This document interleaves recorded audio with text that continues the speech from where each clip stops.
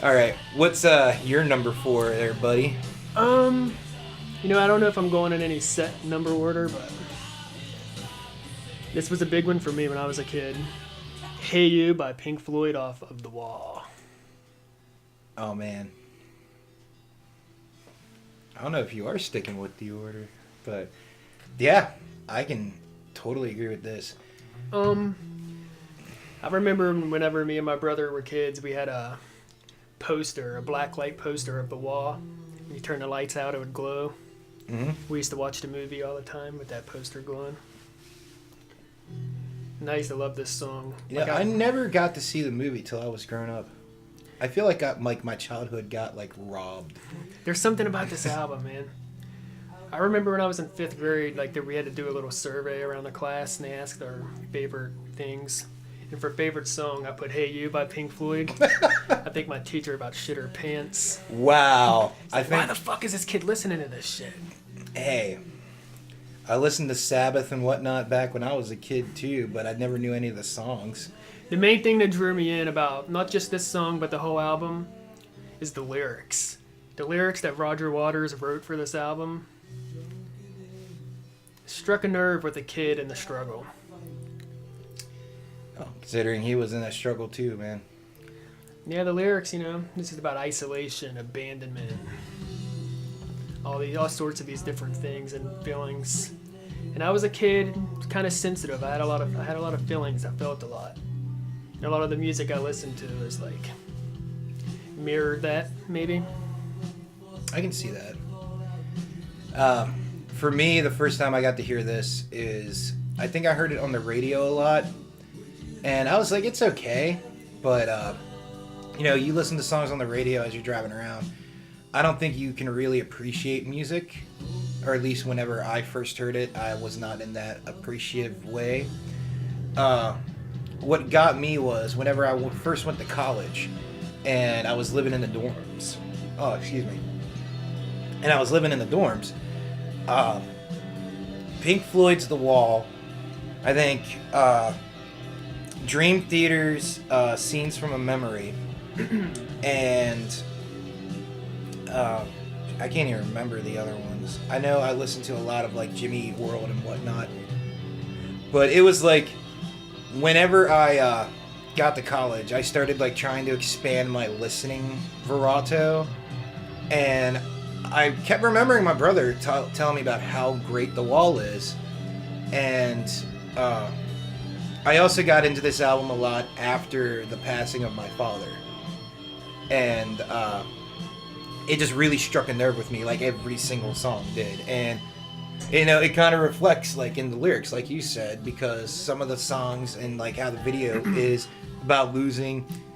He lost his dad, his mom became, over and patient and whatnot. And, I went through a psycho bitch myself of an ex-girlfriend. Right. And so, I reflected a lot on this whole entire album.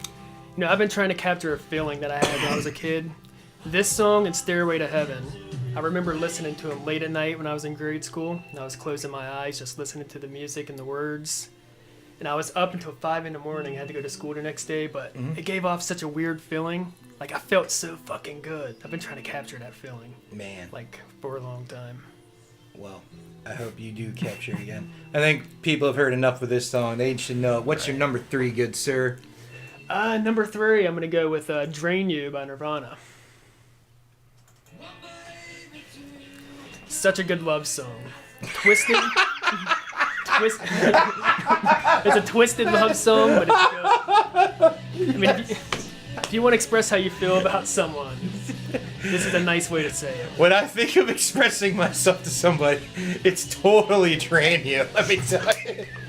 It's such a good love song. I mean, it really is. Maybe I need to start paying attention to more of Kurt's lyrics. I want to end up in your infection. Chew the meat for you. All right. I like you. Speak these sweet, loving words. You just gotta listen to them. The one thing, the only part I see is part love in this song is the fact that I think every chorus he ends with "I like you." One baby to another says, "I'm lucky to meet you." Aww. Okay. Wants to end up in your infection. I mean, it's kind of twisted, but that's a nice thing to say. That's a true expression of love. Baby, I want to end up in your infection.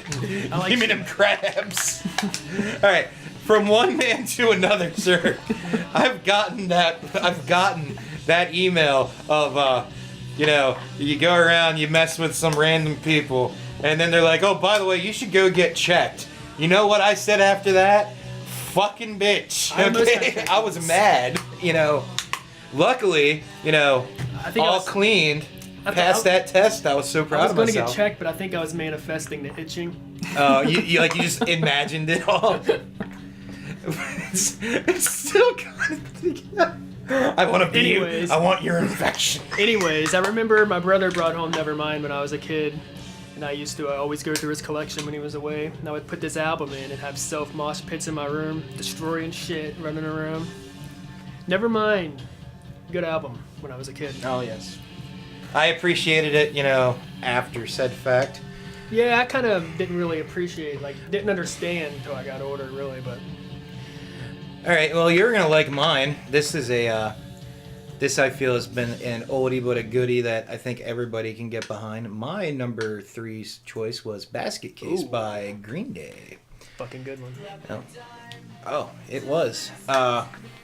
Once again, I give a lot of props to, you keep mentioning your brother. Same thing with me. It's my brother and my sister. Got me into most of the music I listen to. This song itself, I know I heard Longview before this. I remember seeing the music video here and there on MTV whenever, because... I remember this video. I remember, yeah. I honestly think the first time I actually saw the whole video for Basket Case, my brother woke me up really early in the morning once, and he's like, Nick, you gotta come watch this.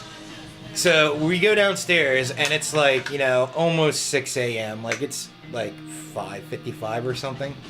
And this was the last music video they were playing before the world premiere of Beavis and Butthead. And I was like, damn, that's a really good song. And then when the song went off, I heard that, intensified riff of that burner, and heard the people laugh, and I was like, so I forever remember hearing Basket Case as the first song before watching Beavis and Butthead. And I even listen to Basket Case sometimes when I'm watching Beavis and Butthead, just because a lot of the antics, you could probably make a YouTube video just to shit that Beavis and Butthead did to this song, and it'd be just as funny. Yeah. What about you? When's my brother had Dookie as a kid. I remember looking at the case, going through all the pictures and the liner notes, seeing fucking Sesame Street in the crowd on the back. But the main thing about this song that got me, that I really, really loved about it, was the lyrics.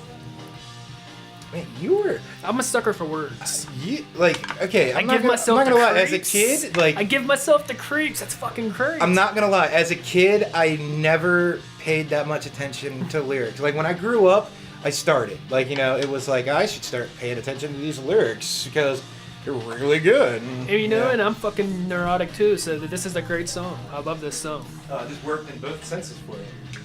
Sorry, if I sound far away, it's because I am right now. Just don't mind what I'm doing. Okay. This whole album was great. Longview is another favorite of mine. I was actually torn between this and When I Come Around, but really, Basket Case, I think, won the test of time song. It's still... Not to mention Billy Joe looked cool as shit in those videos. Oh, he still does, but I mean... this song's not going to be ever remembered as the song that was played just before Billy Joe had his nervous breakdown at iHeartRadio.